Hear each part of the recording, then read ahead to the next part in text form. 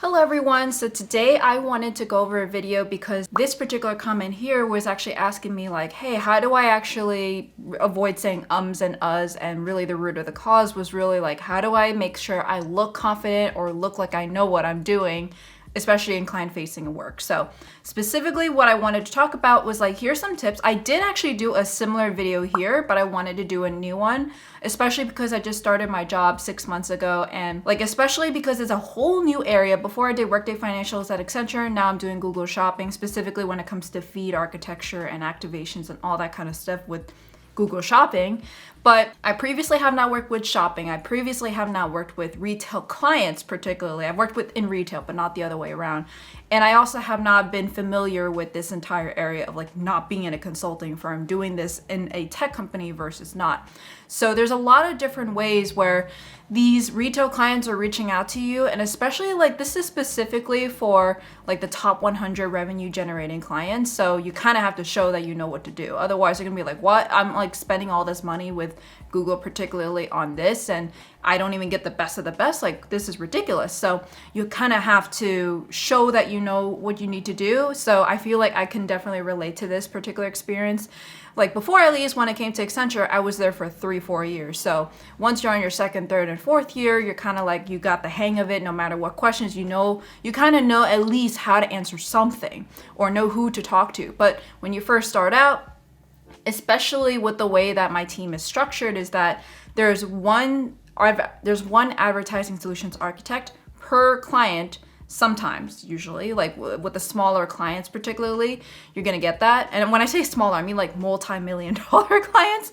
But I mean like, let's say the bigger one, the huge ones may have 2 or 3 people based off of the regions or even the complexity of their model. So let's start off with the simple questions. Well, actually, that starts with the very first one, is like ask questions point blank.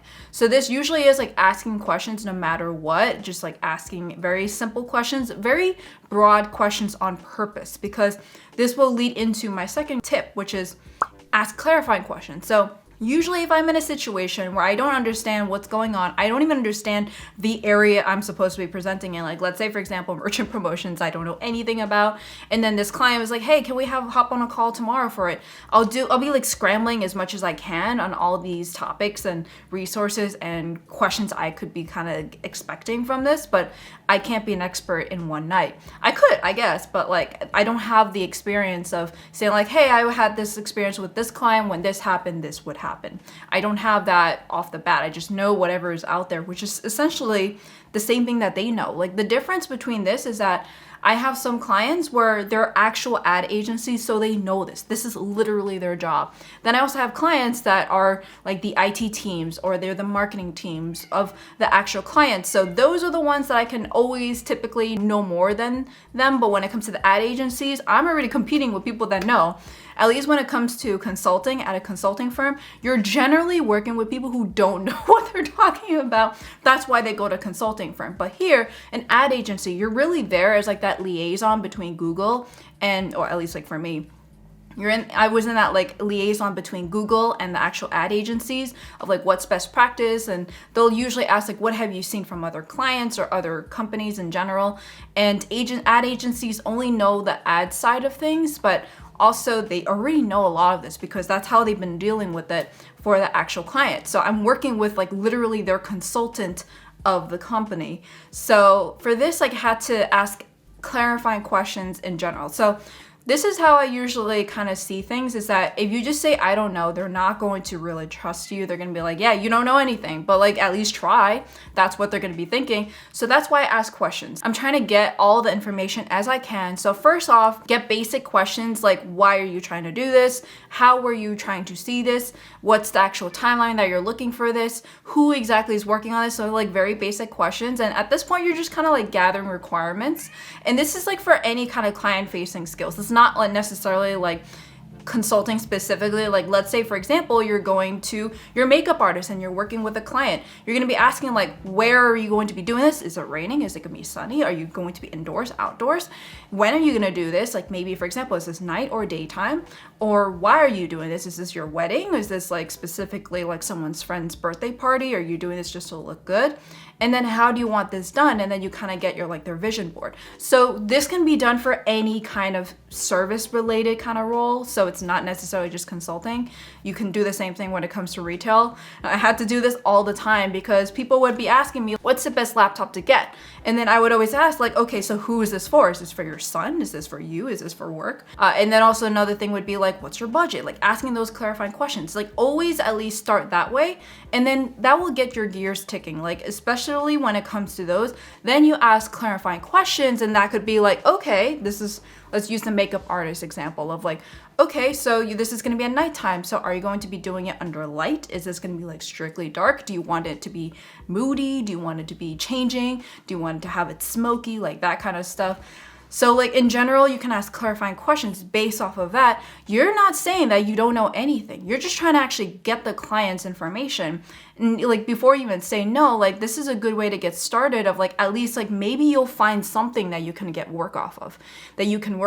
And there's a situation where I would have a client that says hey, look, I want to do let's say regional availability and pricing. And then I asked them why are you doing this specifically? And I see it's because they want to do varying shipping. Maybe they don't want to ship here, they don't want to ship here, but they do want to ship in these regions. Now all of a sudden, I don't actually have to talk about that because there's an alternative solution that would solve that. And this is exactly why you want to ask those questions, because you want to get that out of the door first. Figure out the situation, figure out the problem before you jump to the solution. Maybe they think they have the solution, but maybe that's actually not the best solution. And who knows, maybe that topic ends up being something even better than or at least when I say better, I mean you actually know it better and you can speak for it. So off the top of their heads, you can say, yeah, this is not a good solution, this would be instead. And then you can still have some kind of thing of you knowing things. This is of course assuming you know something about this. So I always actually would recommend, and this actually leads into what the third tip would be, which is research and predict questions that you are going to get. So let's say, for example, the regional availability and pricing. Actually, I had a vlog over here that I actually did have that exact call I was talking about, where I was talking about this. And actually, I've never had a client or a experience before with regional availability and pricing, just from the very basic beginnings of my career here.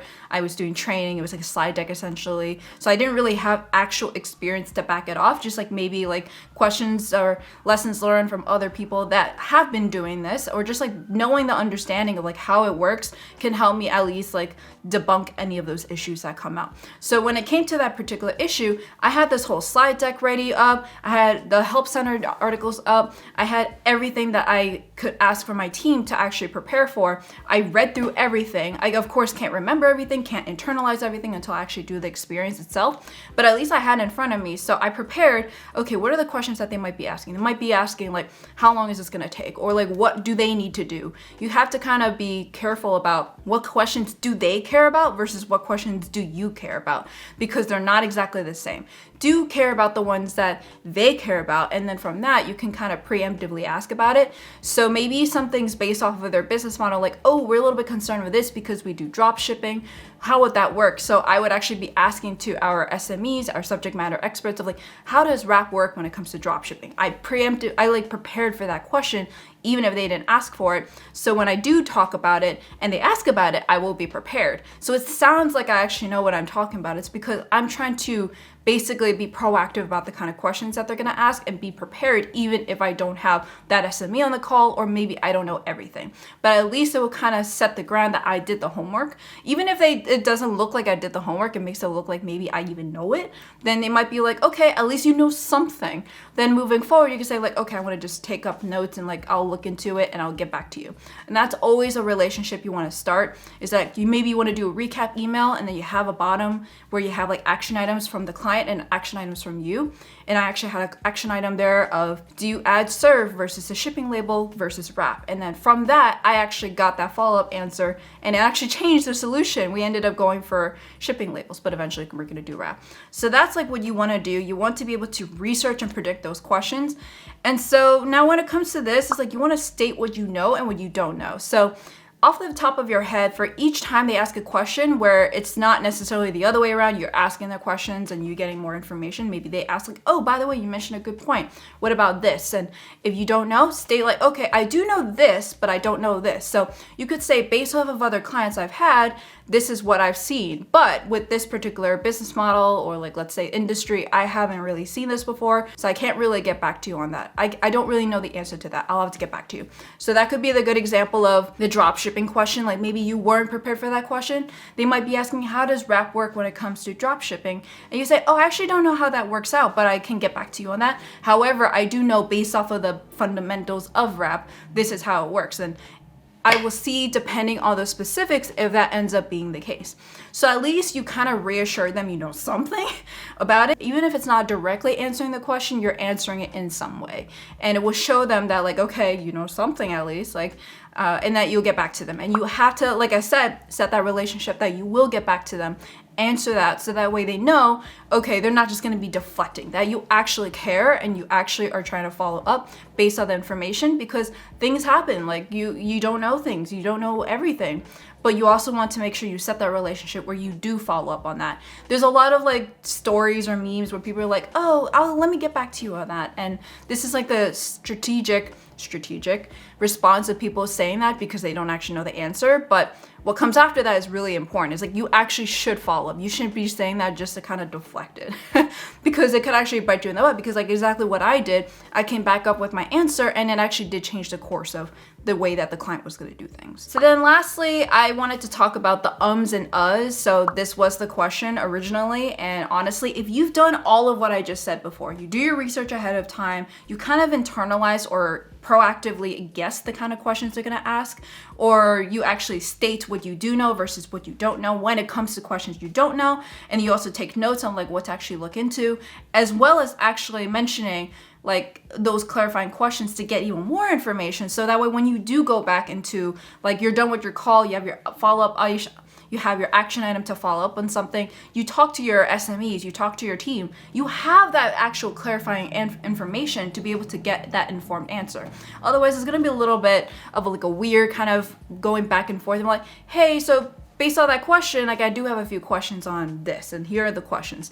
If you could just be proactive about getting all the information of the context of the exact reason or the model, or if it's not something that you can really like dig into their systems and find out, then this is what you would do. But when it comes to ums and uhs, honestly, it really is just practice. This is usually at this point, like you have all those questions.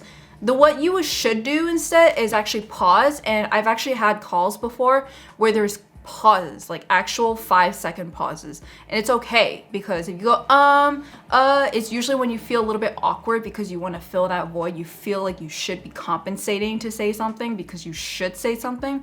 But I've actually been on calls where seasoned consultants or seasoned pros in their area or experts in their area, they just pause. They say like, I'm gonna get back to you on that. I actually don't know that answer. And you're being very honest. You're being very upfront, and you're building that trust that you are being honest with them.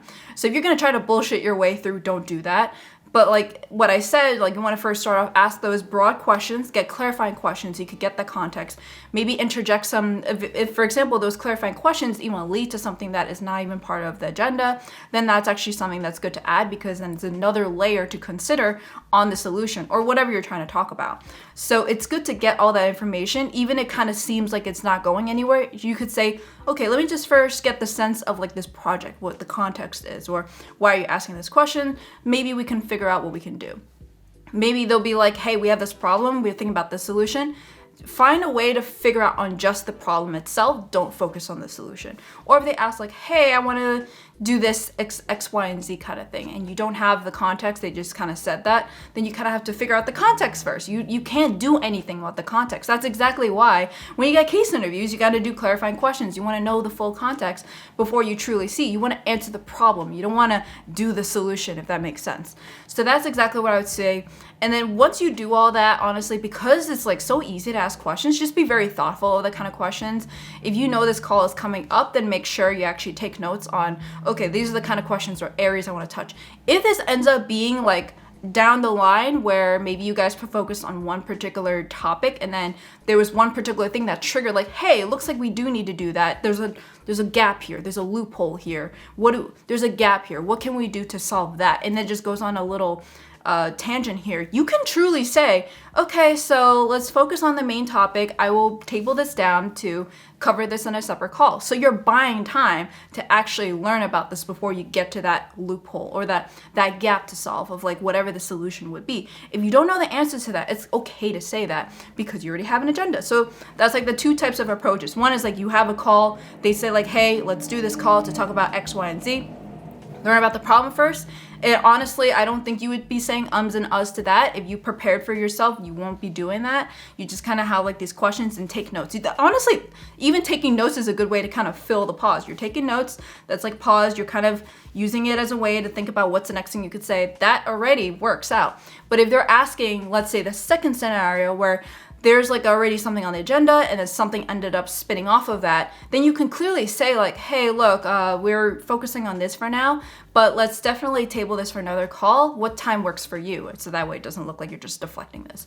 And so that way you can make sure that you have time for that. So there's two separate ways here, but either way, you should still be asking questions, ask for context clues, context questions specifically, and then try to buy time to really get all the resources you can. In an area where you actually don't know anything, then maybe you should start asking your teammates like, hey, do you have time on X, Y, and Z time?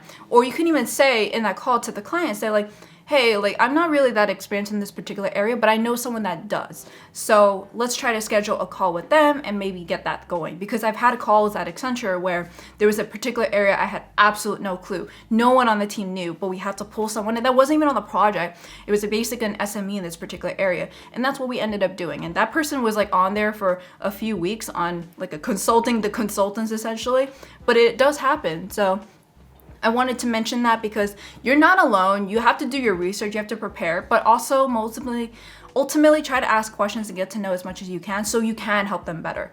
But overall, just like imposter syndrome, try to get that out of your head. Just try to learn as much as you can. Soak everything up. No matter what, if the client sees you're trying your best to really help the client, then they're not going to care at the end of the day, because as long as they get things done, they get things done. So even if you're trying to learn, you're trying to ask questions, and then you give follow-ups constantly, and it's always going to be like, I'll get back to you on that. As long as you get back to them on that, then it's fine. And then as you learn more, and as more as you get experience as to like even what kind of questions to prepare for, or even if you want to ask other people on the team, like, hey, so you work with so-and-so, what kind of areas does that person like to focus on? Is it numbers? Is it going to be on the impact on the business? Is it going to be on the technical part? So that way you can even figure out like what kind of questions to prepare from that.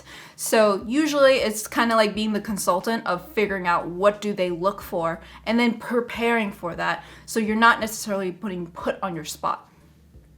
So that's what I would say is really like how to kind of finesse your way through. And then only after that, maybe you can say ums and uhs. But like I said, there's two different ways you can deflect. One is like just asking more questions to get more context and then provide more information you know that you're confident about. Don't just say things because you think you know. Just say that you know. And then the other way is like just table it for another call. It's okay. And if you ever get stuck, you can clearly say like, sorry, I actually don't know anything about this. But if you feel like this is actually something that you're going to be getting every time, every call with the same client, they might be thinking about like, is this person even the most qualified? Then maybe you should start setting down and like work with an SME on this particular area and get a deep dive and really learn everything, or even ask them to shadow so you can try to learn as much as you can. So hopefully that answers your question. And it's not that easy to say ums and uhs. It's not that easy to prevent yourself from saying ums and uhs, even like when it comes to not being confident. But really, you should try to do pauses, take notes. Like that's actually what I ended up doing. Is like I took notes and then I used that time to buy my time to say something. But even if it means like typical days of like so. Like just saying things regardless if you actually know anything, that's just practice, honestly. You're just gonna have to practice.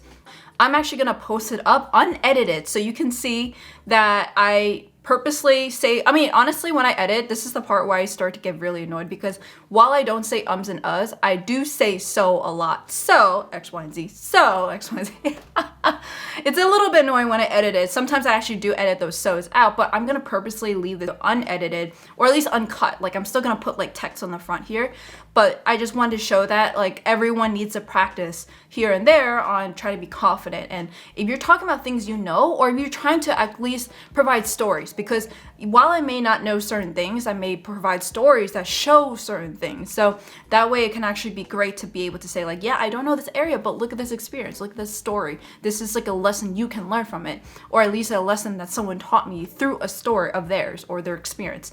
That at least can help. And you probably can extend, like from even me providing examples and going like 2-3 examples that of like the makeup artist, or going to selling a laptop to your kid or something like that. That is like something that I had to kind of learn over time of like, okay, if I don't have anything to say about this particular area, here's a story, here's an example. So maybe the story or example can help you kind of digest it better. All right, so if you had any questions, let me know down below, and all right, peace out.